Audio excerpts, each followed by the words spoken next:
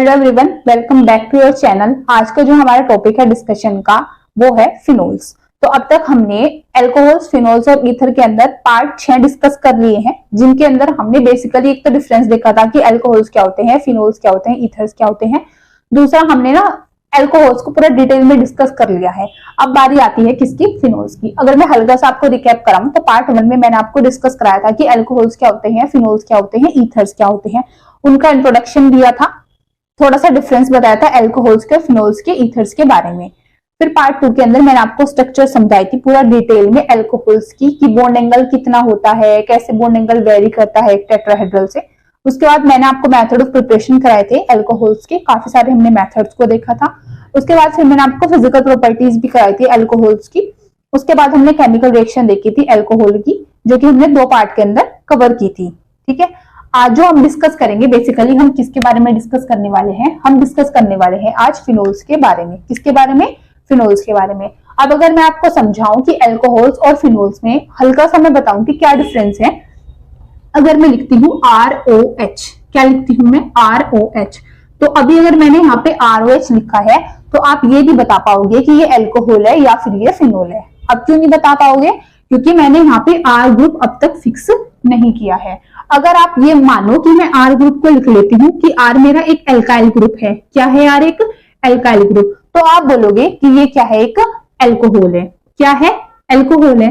But अगर मैं बोलूं कि मैं तो R एराइल ग्रुप लूंगी, मैं एल्काइल लेती नहीं, क्या लूंगी, एक एराइल ग्रुप। तो अगर मैं R को एक एराइल ग्रुप ले लेती हूँ तो ये मेरा एल्कोहल ना रह के क्या बन जाता है, एक फिनोल बन जाता है। क्या बन जाता है, फिनोल। तो एल्काइल ग्रुप सपोज करो मैंने यहाँ पे लिया है CH3 मिथाइल, मीन CH3OH, जो कि क्या होता है, मेथनॉल। क्या होता है, मिथनॉल या फिर मिथाइल एल्कोहल, जो कि एक क्या है, एल्कोहल है। ठीक है, अगर मैं बात करती हूँ फिनोल में, अगर मैं R को यहाँ पे एराइल ग्रुप ले लेती हूँ, मैंने एक बेंजीन की रिंग ले ली और उसके ऊपर मैंने लगा दिया है OH। क्या लगा दिया, OH। अब यहाँ पे R मेरा क्योंकि क्या है, एक एराइल ग्रुप है, तो इसलिए क्या बन जाता है, फिनोल बन जाता है। तो ये हमने देखा डिफरेंस एल्कोहल के और फिनोल के बारे में। तो ROH एल्कोहल भी हो सकता है, फिनोल भी हो सकता है, अगर आपने R ग्रुप को फिक्स नहीं किया है। बट हाँ, अगर आपने R ग्रुप को फिक्स कर दिया तो फिर वो डिपेंड करेगा कि अगर वो एल्काइल होएगा तो वो एल्कोहल होएगा, बट अगर वो अराइल होएगा तो फिर वो आपको क्या हो जाएगा, फिनोल। ठीक है, अब अगर हम समझे किसके बारे में, स्ट्रक्चर के बारे में, किसकी, फिनोल की। एल्कोहल के स्ट्रक्चर को हमने डिस्कस किया था बहुत अच्छे से। ठीक है, अब अगर मैं बात करूं किसके बारे में, स्ट्रक्चर ऑफ फिनोल, किसके बारे में मैं बात करूं यहाँ पे, स्ट्रक्चर ऑफ फिनोल की। जो फिनोल की स्ट्रक्चर है वो कैसी होएगी, तो ये हमारे पास क्या है, C6H5।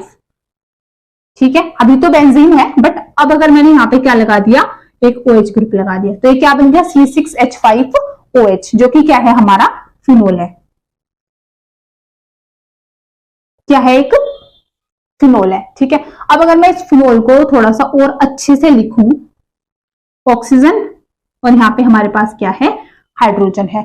अब ऑक्सीजन जो होता है, ऑक्सीजन हमारा ग्रुप नंबर 16 का एलिमेंट होता है। तो ऑक्सीजन के बैलेंस शेल में होते हैं 6 इलेक्ट्रॉन्स। कितने होते हैं, 6। 2 तो इसने अपने बॉन्ड में यूज कर लिए, एक हाइड्रोजन के साथ, एक कार्बन के साथ। किसके साथ में, कार्बन के साथ में। ठीक है, बाकी इसके पास कितने बचे, 4 इलेक्ट्रॉन्स बचे। कितने बचे, 4 इलेक्ट्रॉन्स, और जो कैसे रहेंगे, लोन पेयर की तरह। कैसे रहेंगे वो, लोन पेयर की तरह। तो ऑक्सीजन पे कितने आ गए, 2 लोन पेयर। अब मैं बात करूं ऑक्सीजन के पास, क्योंकि 2 लोन पेयर है और 2 बॉन्ड पेयर है, तो ऑक्सीजन की जो यहाँ पे हाइब्रिडाइजेशन है, दिस इज sp3। कितनी है वो, sp3। इसने बना रखा है हाइड्रोजन के साथ बॉन्ड, और हाइड्रोजन के जो इलेक्ट्रॉन्स है वो किसके अंदर है, s के अंदर है। कौन से s के अंदर, 1s के। तो यहाँ पे sp3 s लिख सकते हैं हम, क्योंकि बॉन्ड किसके बीच में है, ऑक्सीजन sp3 और हाइड्रोजन s। अब अगर मैं बात करती हूँ कार्बन और ऑक्सीजन के बीच में, तो कार्बन को तो इसका ऑक्सीजन को तो sp3 है, बट अगर मैं बात करती हूँ कार्बन की, क्योंकि बेंजीन रिंग के अंदर हमारे पास जो डबल बॉन्ड्स होते हैं वो एडजेसेंट पोजीशंस पे होते हैं। तो अगर एडजेसेंट पोजीशंस पे डबल बॉन्ड है, दैट मींस कि यहाँ पे जो कार्बन की हाइब्रिडाइजेशन हो जाएगी वो कितनी हो जाएगी, due to the double bond sp2। कितनी हो जाएगी, sp2।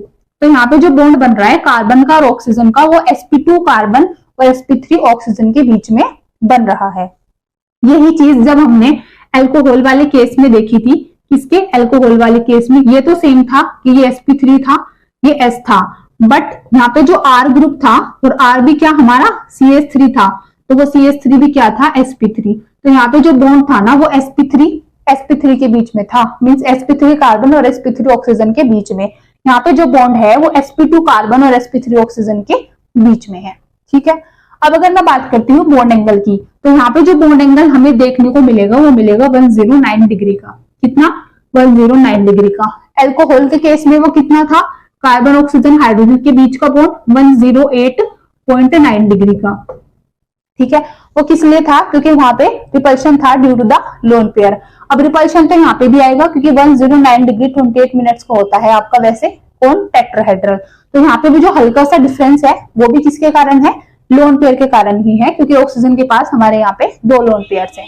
लेकिन अब ये तो चलो ठीक है, बॉन्ड एंगल तो फिर भी बराबर बराबर है, बट अगर हम बात करते हैं बॉन्ड लेंथ की, तो एल्कोहल्स के केस में जो बॉन्ड लेंथ होती है वो ज्यादा होती है एज कंपेयर टू किसके? फिनोल के। फिनोल के अंदर बॉन्ड लेंथ क्या है? कम है। अब फिनोल के अंदर बॉन्ड लेंथ कम होने के 2 कारण हैं। पहला जो कारण है वो क्या है? क्योंकि ऑक्सीजन के पास है लोन पेयर, तो लोन पेयर जा सकते हैं किसमें? कंजुगेशन में। किसके साथ? With the benzene ring. तो अगर ये कंजुगेशन में जा सकते हैं तो क्या होएगा? यहाँ पे डबल बॉन्ड बनेगा कुछ टाइम के लिए। अगर डबल बॉन्ड बनेगा कार्बन और ऑक्सीजन के बीच में, इसका मतलब क्या है कि कार्बन और ऑक्सीजन का बॉन्ड ऑर्डर क्या हो जाएगा? ज्यादा हो जाएगा एज कंपेयर टू किसके? एल्कोहल के बॉन्ड ऑर्डर के। और हमें पता है कि जितना ज्यादा बॉन्ड ऑर्डर होता है उतनी ही बॉन्ड लेंथ क्या होती है? कम, because bond order is universally proportional to the bond length. जितना ज्यादा बॉन्ड ऑर्डर उतनी कम क्या हो जाएगी? बॉन्ड लेंथ हो जाएगी। तो अगर यहाँ पे बॉन्ड ऑर्डर ज्यादा है, क्योंकि यहाँ पे डबल बॉन्ड आ रहा है, तो इसके अंदर जो बॉन्ड लेंथ होगी फिनोल के वो क्या होगी? कम। फिनोल बेसिकली कार्बन और ऑक्सीजन के अंदर की हम बात कर रहे हैं, तो कार्बन ऑक्सीजन के अंदर जो बॉन्ड लेंथ होगी वो कम हो जाएगी एज कंपेयर टू किसके? एल्कोहल वाले केस के। पहला कारण ये क्यों? क्योंकि यहाँ पे कंजुगेशन दिखाएगा ऑक्सीजन का lone pair with the benzene ring. ठीक है, दूसरी अगर हम बात करें, क्योंकि हमने बोला कि यहाँ पे कार्बन की हाइब्रिडाइजेशन कितनी है? sp2 है। अगर इसकी हाइब्रिडाइजेशन sp2 है, इसका मतलब कि इसके अंदर जो परसेंटेज s कैरेक्टर है वो है 33.3%। ये चीज मैंने आपको पढ़ा रखी है पहले ही, कैसे निकालते हैं। ठीक है, क्योंकि x क्या है? s है और 3 p है, तो क्या कर देंगे? 2 p है, तो टोटल कितने हो गए? 3, तो हम कर देंगे 1/3, तो कितना आ जाएगा? 33.3%। अब अगर मैं बात करती हूँ यही sp3 के अंदर, यहाँ पे इस कार्बन के अंदर क्या है? Hybridisation sp3। तो अगर इसमें मैं परसेंटेज s कैरेक्टर निकालती हूँ तो वो कितनी आती है? 25%।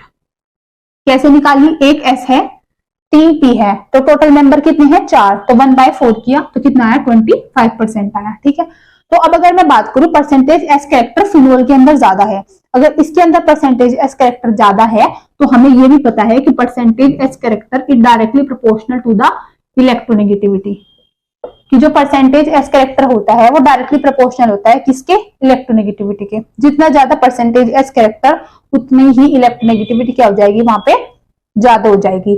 तो मतलब ये कार्बन जो sp2 है और ये कार्बन जो sp3 है, इनमें से ज्यादा इलेक्ट्रोनेगेटिव होने वाला है ये कार्बन। क्यों? क्योंकि इसके अंदर परसेंटेज s कैरेक्टर ज्यादा है। अगर परसेंटेज s कैरेक्टर ज्यादा है तो यहाँ पे कार्बन जो है वो ऑक्सीजन के साथ स्ट्रॉन्ग बॉन्ड बना रहा होगा एज कंपेयर टू किसके? एल्कोहल के, क्योंकि जितना ज्यादा इलेक्ट्रोनेगेटिव होगा उतना ही टाइटली बाउंड, उतना ही टाइटली होल्ड करके रखेगा दूसरे वाले को, ये वाला। इसके कंपैरिजन में क्योंकि इलेक्ट्रोनेगेटिविटी कम है तो उतना उसने टाइटली होल्ड नहीं कर रखा, किसने? एल्कोहल वाले कार्बन ने ऑक्सीजन को, तो वहां पे जो बॉन्ड होएगा वो क्या हो जाएगा? वीक हो जाएगा। बट यहाँ पे जो बॉन्ड होएगा वो क्या हो जाएगा? स्ट्रॉन्ग हो जाएगा। अगर बॉन्ड स्ट्रॉन्ग हो जाएगा, ठीक है, तो क्या हो जाएगा? यहाँ पे अगर हम बॉन्ड को तोड़ेंगे तो ज्यादा एनर्जी लगेगी, यहाँ पे तोड़ेंगे तो कम एनर्जी में काम हो जाएगा। बेसिकली समझना ये था कि इसके अंदर बॉन्ड लेंथ कम क्यों है। तो बॉन्ड लेंथ कम होने का कारण एक तो क्या है कि कंजुगेशन दिखा रहा है ऑक्सीजन का lone pair with the benzene ring. दूसरा जो हमारे पास कारण है वो कारण ये है कि कार्बन जो है यहाँ पे ज्यादा इलेक्ट्रोनेगेटिव है एल्कोहल वाले कार्बन से, जिसके कारण ये जो बॉन्ड बनाएगा ऑक्सीजन के साथ वो क्या बनाएगा? एक स्ट्रॉन्ग बॉन्ड बनाएगा। ठीक है, और यहाँ पे क्या भी आ रहा है? एक पार्शियल डबल बॉन्ड का कैरेक्टर भी आ रहा है, जिसके कारण हम बोलेंगे बॉन्ड ऑर्डर बढ़ेगा तो बॉन्ड लेंथ हमारी क्या होगी? डिक्रीज होगी। तो ये हमने समझा अब स्ट्रक्चर किसका? फिनोल का, और उसको हमने कंपैरिजन भी किया किसके साथ में? एल्कोहल के साथ में। अब इसके बाद अगर मैं आपको समझाऊं method of preparation of phenol, चलो ठीक है हमने समझ लिया फिनोल के बारे में, लेकिन फिनोल बनता कैसे है? मेन बात तो ये भी है ना। कि जो मेथड ऑफ प्रिपरेशन है वो कैसे होती है फिनोल के अंदर। तो फिनोल के अंदर देखो हमारे पास नंबर ऑफ वेज है जिससे हम फिनोल को बना सकते हैं, ठीक है, जैसे एल्कोहल्स के थे, बट फिर वही बात है कि हम कुछ लिमिटेड चीजों को यहाँ पे क्या करेंगे, डिस्कस करेंगे, ठीक है। तो अगर मैं अब आपको समझाने लगी हूँ method of preparation of phenols, तो अब अगर हम बात करते हैं क्या, methods of preparation of phenol, किसके मेथड समझने वाले हैं, किसके बनाने के, फिनोल्स के, ठीक है। तो अगर हम मेथड ऑफ प्रिपरेशन समझे किसके, फिनोल के, तो कैसे फिनोल को बनाएंगे, तो यहाँ पे हम डिस्कस करते हैं। सबसे पहले फिनोल को आप एक तो लैब में बनाते हो, दूसरा हम इंडस्ट्रियल लेवल पे बनाते हैं।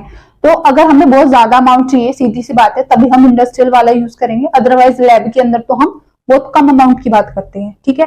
तो यहाँ पे हम दोनों मेथड्स को देखेंगे। सबसे पहले हम देखेंगे किसको, डोज प्रोसेस को, किसको, डोज प्रोसेस को। बेसिकली यहाँ पे हम क्या करेंगे, फ्रॉम हेलो एरीन, हम हेलो एरीन से बनाएंगे अपना फिनोल, ठीक है। और ये जो प्रोसेस होता है ये हमारा क्या होता है, एक तरह का इंडस्ट्रियल लेवल पे होता है, तो मैं नीचे लिख भी देती हूँ किस पे, इंडस्ट्रियल लेवल पे, ठीक है। दूसरी अगर हम बात करते हैं, दूसरा जो हम बनाएंगे फिनोल को, वो बनाएंगे from the benzene sulphonic acid.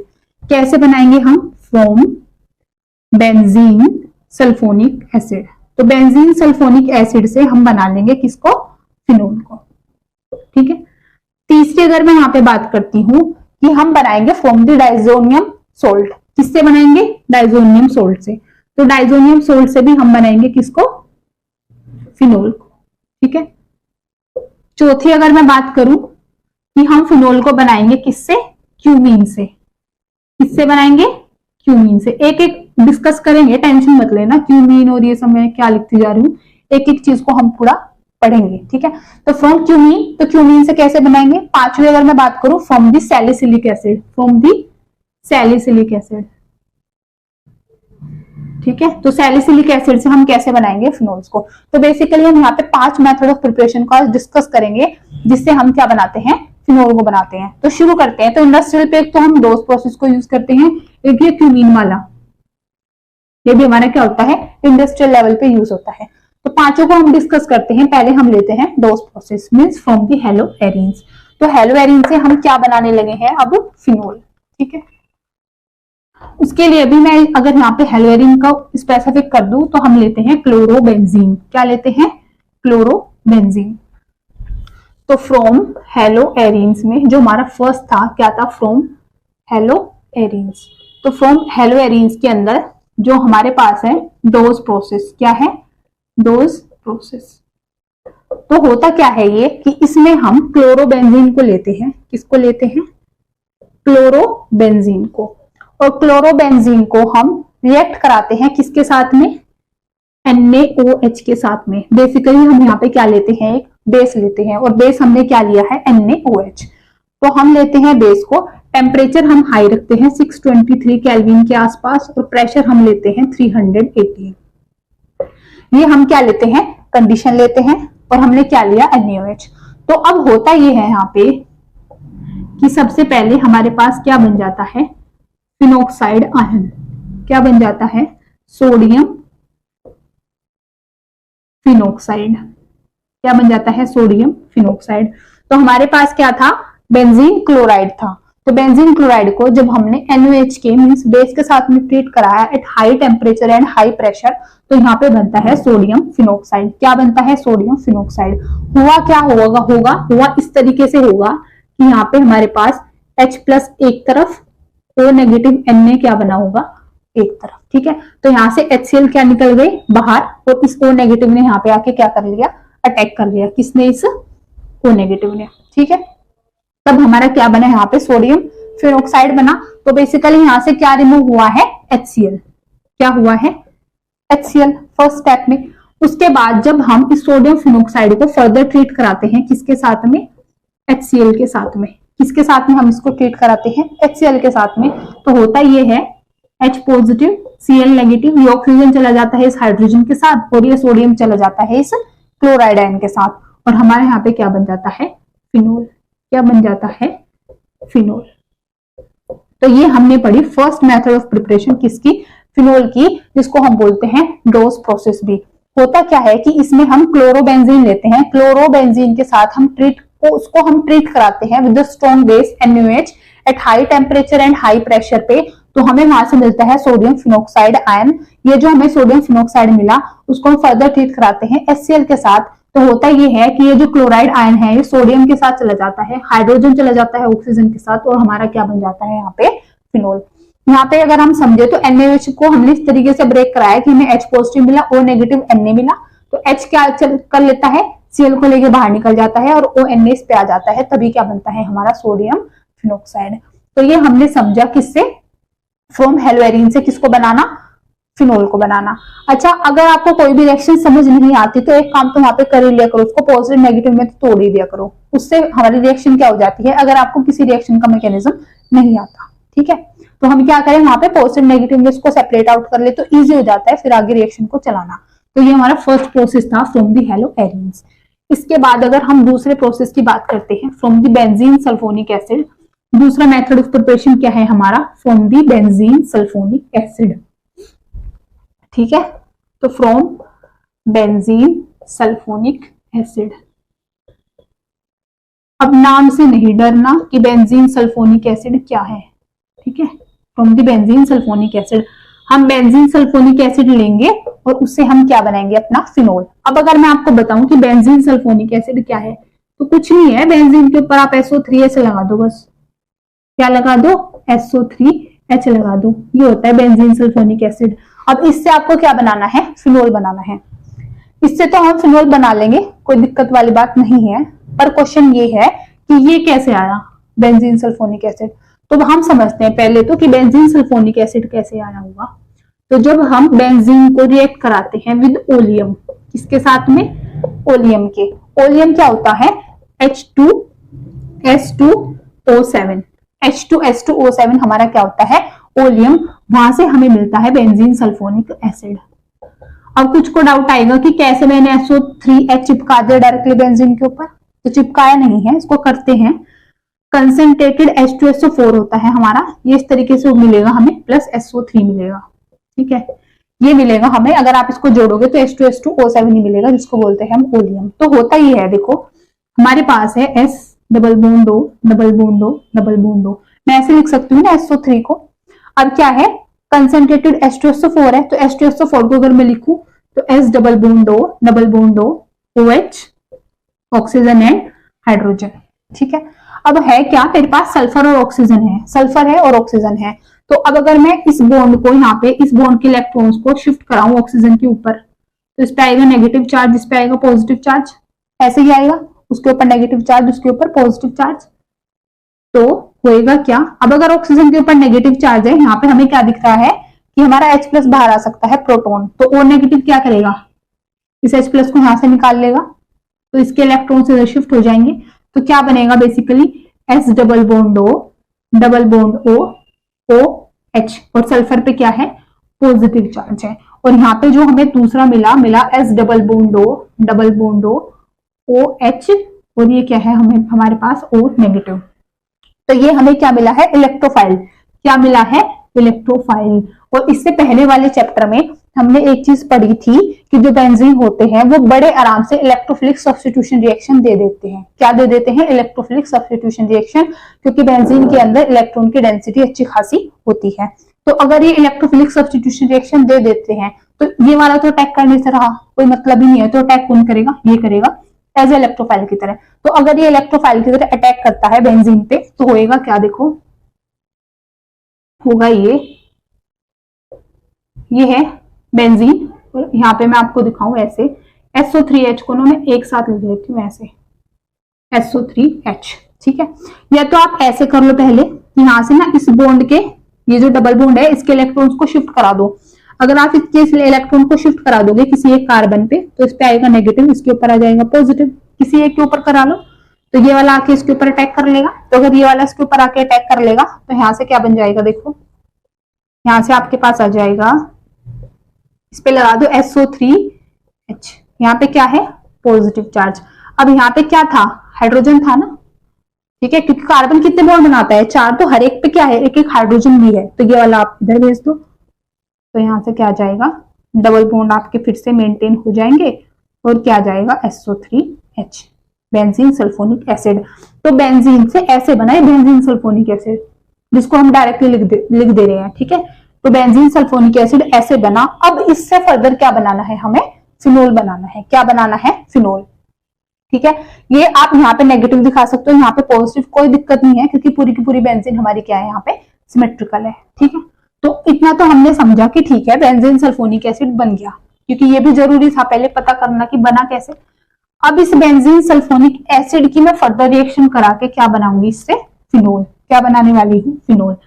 तो लिखते हैं हम एक बार यहाँ पे साफ सुथरा बेंजीन, इसकी रिएक्शन हमने कराई भाई किसके साथ में, ओलियम के। ये चीज मैंने आपको बता दी कि कैसे हुई, ठीक है। तो अब मैं लिख सकती हूँ डायरेक्ट, अब कोई दिक्कत नहीं है। तो बेंजीन पे लगा दो आप SO3H, क्या लगा दो SO3H, ठीक है। ये है हमारा benzene sulphonic acid. Benzene short में लिखती हूँ सल्फोनिक एसिड। क्या है, बेंजीन सल्फोनिक एसिड। अब आप इसकी रिएक्शन करा दो NaOH के साथ, मीन्स जो बेंजीन सल्फोनिक एसिड होता है उसको आप फ्यूज करा दो विद सोडियम हाइड्रोक्साइड। किसके साथ में, सोडियम हाइड्रोक्साइड के साथ में। तो होता ये है कि यहाँ से वाटर मॉलिक्यूल हो जाता है आपका आउट। क्या हो जाता है, वाटर मॉलिक्यूल आउट, क्योंकि यहाँ पे आपको मिलेगा सोडियम पॉजिटिव OH नेगेटिव, ठीक है। तो क्या होएगा कि यहाँ से ये OH नेगेटिव इस H को लेके क्या बना लेगा, वाटर को आउट कर देगा, और यहाँ पे SO3 के ऊपर बचेगा नेगेटिव चार्ज। क्या बचेगा, नेगेटिव चार्ज। वो इस पॉजिटिव वाले के साथ अट्रैक्ट कर लेगा और क्या बना देगा, हमारा एक सोल्ट SO3Na, ठीक है। तो ये क्या बन जाएगा, SO3Na बन जाएगा। अब क्या होएगा, फर्दर आप फिर से इसकी रिएक्शन कराओ सोडियम हाइड्रोक्साइड के साथ में। किसके साथ में रिएक्शन कराओगे, इसकी सोडियम हाइड्रोक्साइड के साथ में। तो होता क्या है, होता ये है कि फिर से यहाँ पे OH नेगेटिव Na पॉजिटिव मिलेगा आपको, है ना। तो ये Na इस पूरे के पूरे पार्ट को लेके यहाँ से हो जाता है आउट। क्या हो जाता है, Na2SO3 हो जाता है आउट, और ये OH नेगेटिव इसके ऊपर क्या कर लेता है, अटैक कर लेता है। तो यहाँ पे हमारा क्या बन जाता है, बेसिकली फिनोल बन जाता है। क्या बन जाता है, फिनोल। और यही तो हमें बनाना था और ये बन भी गया। दोबारा से अगर हम समझे, ये पहले समझा था बेंजीन सल्फोनिक एसिड कैसे बना, समझ लिया। उसके बाद NaOH के साथ आप रिएक्शन कराओ, यहाँ से वाटर मॉलिक्यूल होएगा आउट, ये H2O हो गया आउट, सोडियम बचा SO3Na, ये मिला हमें एक सोल्ट, ठीक है। अब फर्दर आप इसकी रिएक्शन कराओगे NaOH के साथ में, तो फिर से इस ये सोडियम, ये वाला सोडियम इस पूरे के पूरे ग्रुप को लेके हो जाएगा बाहर। यहाँ पे बचेगा OH नेगेटिव Na जो कि अटैक कर लेगा इस वाले कार्बन के ऊपर। तो हमारा क्या बन जाएगा, फिनोल बन जाएगा। अब एक चीज समझो, अगर OH नेगेटिव ने इसके ऊपर अटैक किया, मतलब ये यहाँ से निकला होगा नेगेटिव लेकर, उसके ऊपर इसने छोड़ा होगा पॉजिटिव चार्ज, तभी तो नेगेटिव ने यहाँ पे अटैक किया। नेगेटिव ने कब किया, जब इसके ऊपर बना होगा पॉजिटिव चार्ज, और ये पॉजिटिव है तो ये नेगेटिव की फॉर्म में ही निकलेगा, तभी तो बना हमारे पास Na2SO3। अगर इस चीज को मैं थोड़ा सा यहाँ पे आपको थोड़ा और क्लियरली बताऊं, तो बात ये है कि SO3Na है ना। अगर हम थोड़ा पॉजिटिव नेगेटिव वाली फॉर्म में समझे, Na पॉजिटिव है, OH नेगेटिव है। मैं कह रही हूँ कि अगर ये Na2SO3 बाहर निकलता है, तो ये बाहर कब निकलेगा, जब ये यहाँ से नेगेटिव लेके निकलेगा। अगर ये नेगेटिव लेके निकलेगा, इस कार्बन पे छोड़ेगा पॉजिटिव, तभी तो ये नेगेटिव इसके ऊपर आके अटैक करेगा, ठीक है। तो हम यहाँ से इसको ऐसे समझते हैं।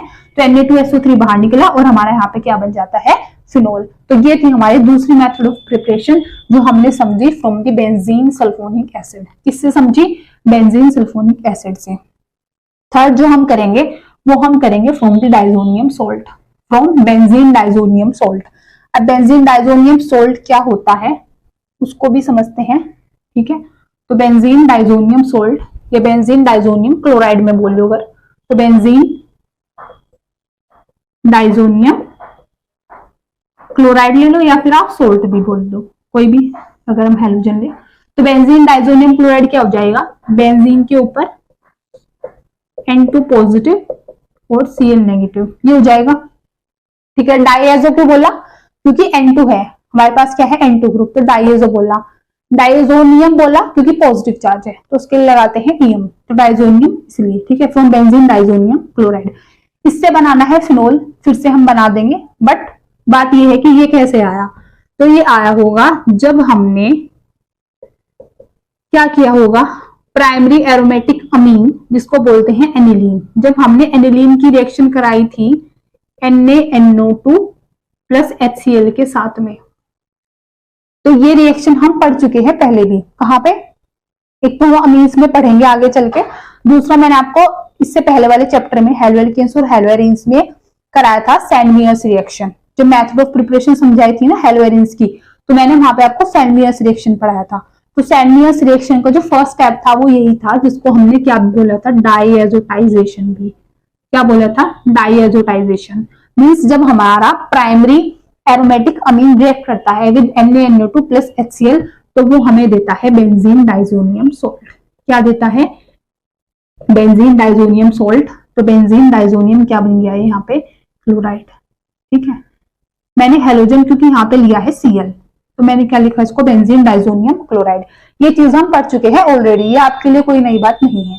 तो जब हमने primary aromatic amine that is aniline को क्या कराया? डाइजोटाइजेशन कराया, तो उसने हमें दिया बेंजीन डाइजोनियम क्लोराइड। अब इस बेंजीन डाइजोनियम क्लोराइड की हमें क्या करानी है? रिएक्शन करानी है। क्या करानी है? रिएक्शन। और रिएक्शन भी हम इसकी किसके साथ कराते हैं? बेंजीन डाइजोनियम की वाटर के साथ में। क्या कराते हैं? वाटर के साथ में ना हम इसको वार्म कर देते हैं। तो होता यह है कि यहां से हमें H पॉजिटिव मिलेगा, फिर से OH नेगेटिव मिलेगा, तो ये HCl निकल जाएगा बाहर। निकल गया। N2 के ऊपर पॉजिटिव चार्ज है, सीधी सी बात है, नेगेटिव लेके निकला होगा, तो N2 गैस आउट, और ये OH नेगेटिव यहाँ पे क्या कर लेगा? अटैक। तो क्या बना लेगा? फिनोल। तो क्या बन जाएगा यहाँ से? आपका फिनोल। और यही तो हमें चाहिए था। तो क्या हुआ कि जब हमने primary aromatic amine that is aniline का डाइजोटाइजेशन कराया, उसने दिया बेंजीन डाइजोनियम क्लोराइड, उसको हमने फर्दर वाटर के साथ वार्म कराया, तो हमें वहां पे क्या मिला? Phenol. HCl plus dinitrogen gas हो गई है आउट। ठीक है, तो ये हमने पढ़ा था थर्ड प्रोसेस, जिसमें हमने पढ़ा फ्रॉम बेंजीन डाइजोनियम क्लोराइड से हम कैसे बनाते हैं फिनोल को। इसके बाद हमारे पास जो फोर्थ प्रोसेस था वो था फ्रॉम क्यूमीन। क्या था? क्यूमीन। अब पहला सवाल तो ये कि क्यूमीन क्या है? ये है ना, ये क्यूमीन क्या है? क्योंकि बिल्कुल अलग नाम है क्यूमीन, हमने तो सुना नहीं। तो देखो क्या होता है क्यूमीन। क्यूमीन होता है benzene isopropyl B from cumene. क्या होता है? Benzene isopropyl B means benzene के ऊपर जब हम क्या लगा देते हैं? प्रोपाइल ग्रुप, ऐसे CH CH3 तो ये क्या है हमारा? Iso benzene isopropyl. क्या है? Benzene isopropyl. डिस्कस करते हैं फ्रॉम क्यूमीन। तो क्यूमीन क्या होता है? जो बेंजीन पे हमारा क्या लग जाता है? प्रोपाइल। तो ये क्या है हमारा? Benzene isopropyl. ठीक है, तो ये हमारा क्या होता है? क्यूमीन। तो जब हम क्यूमीन को क्या कराते हैं? रिएक्ट कराते हैं। क्यूमीन की रिएक्शन हम यहाँ पे किसके साथ में कराएंगे? क्यूमीन को जब हम यहाँ पे रिएक्ट कराएंगे फर्दर किसके साथ में? मतलब हम यहाँ पे इसका एरियल ऑक्सीडेशन कराते हैं O2 के साथ में। ठीक है, और वहां से हम फिर क्या बना लेते हैं? फिनोल बना लेते हैं। तो कैसे? ये है हमारे पास क्यूमीन। क्या है ये? क्यूमीन है।